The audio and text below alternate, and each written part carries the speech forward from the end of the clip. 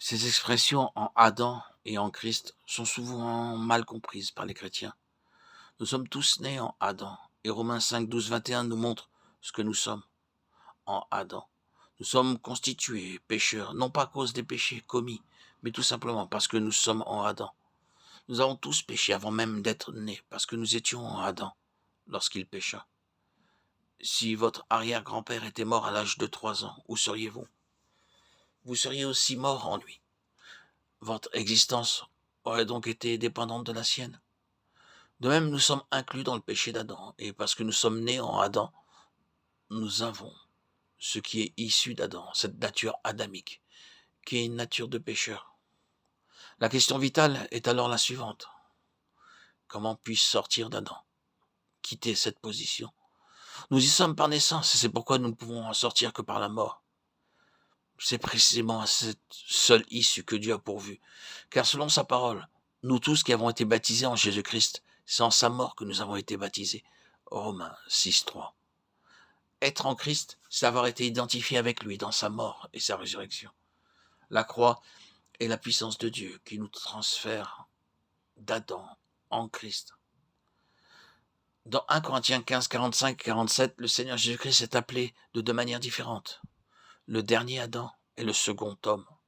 L'Écriture ne dit jamais de lui qu'il est le second Adam ou bien le dernier homme, car en tant que dernier Adam, il a été la somme de toute l'humanité. En tant que second homme, il est la tête d'une nouvelle race d'hommes. Comme dernier Adam, il a rassemblé en lui-même tout ce qui était en Adam, comme second homme, et ayant par sa croix mis de côté le premier homme dans lequel le dessein de Dieu ne s'était pas réalisé. Il introduit un autre homme dans lequel ce dessein s'est pleinement réalisé. La Bible déclare, si quelqu'un est en Christ, il est une nouvelle création. Les choses anciennes sont passées. Voici, toutes choses sont devenues nouvelles. 2 Corinthiens 5, 17. Par la croix, Dieu a ôté tout ce qui procédait de l'ancienne création et hors de la mort. En Christ, le second homme, il introduit une nouvelle création. Si nous sommes en Adam, tout ce qui est en Adam s'appliquera à nous-mêmes. De la même manière, si nous sommes en Christ, tout ce qui est en lui nous est accordé par grâce, sans aucun effort de notre part, sur la base de la simple foi. La vie du chrétien ne consiste donc pas à vivre des aspects particuliers de la vie de Christ. C'est la vie même de Christ qui est reproduite en nous. C'est par lui que vous êtes en Jésus-Christ, lequel, de par Dieu, a été fait pour nous sagesse, justice et sanctification et rédemption. 1 Corinthiens 1,30.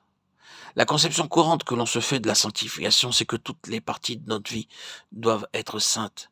Mais la sanctification, ce n'est pas cela. Cet aspect, c'est uniquement le fruit de la sanctification. La sanctification, c'est Christ.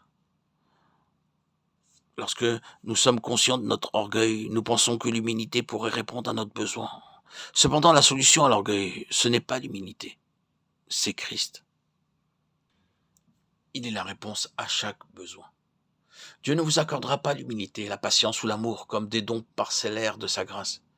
Il nous a donné Christ, et si simplement vous vous confiez en lui afin qu'il manifeste sa vie en vous, il sera en vous humble, patient, aimable, et tout ce dont vous aurez besoin. Dieu n'est pas un détaillant, il n'accorde pas sa grâce par petites doses.